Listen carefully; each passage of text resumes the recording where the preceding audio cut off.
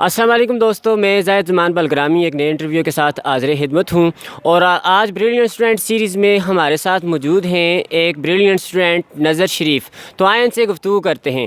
نظر، آپ سب سے پہلے اپنا انٹروڈکشن کروا دیں۔ My name is Nazar Sharif. I read in Aliyan High School and College of Excellence in Modern Education.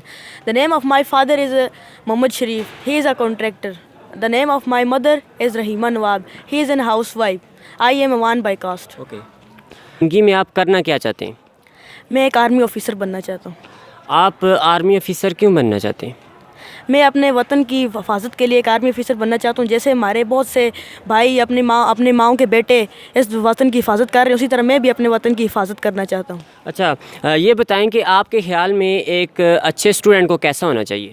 ایک اچھے اسٹوڈنٹ کو نظم و ضبط کا خیال رکھنا چاہیے، اسے اپنے استاد کا احترام کرنا چاہیے، اپنے والدین کی بات سننی چاہیے، اور یہ اچھا، یہ بتائیں کہ ایک جو ٹیچر ہوتا ہے نا، ٹیچر پڑھانے والا، آپ کے خیال میں ایک اچھے استاد کو کیسے ہونا چاہیے؟ ایک اچھے استاد کو اپنے بچوں کا پڑھائی کا خیال رکھنا چاہیے، اپنے بیٹوں کی طرح سمجھنا چاہیے، جیسے کہ ہمارے سارے افتخار بٹ صاحب سمجھتے ہیں۔ وہ اپنے بچوں کو ایسے لیکچر دیتے ہیں جیسے والدین باپ اپنے بیٹے کو لیکچر دیتا ہے، وہ ہر چیز سمجھاتے ہیں ہمیں۔ اچھا، تو یہ بتائیں کہ ارطغرل ڈرامہ آپ دیکھتے ہیں؟ جی بالکل دیکھتا ہوں۔ ارطغرل ڈرامے سے جو امت مسلمہ ہے یہ کیا کیا سیکھ سکتی ہے؟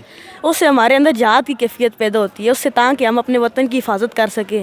آگے کرونا کرائسس کا دور آ رہا ہے، اس میں ہمیں اپنی زندگی سے آگے بڑھنے کا ہمیں شوق پیدا ہوتا ہے، اور اس سے ہمیں بہت سی سیکھیں بھی ملتی ہیں۔ اچھا، ویسے آپ کے خیال میں یہ کرونا کرائسس کی وجہ سے چھٹیاں ہو رہی ہیں، یہ اسٹوڈنٹس کے لیے بہتر ہیں؟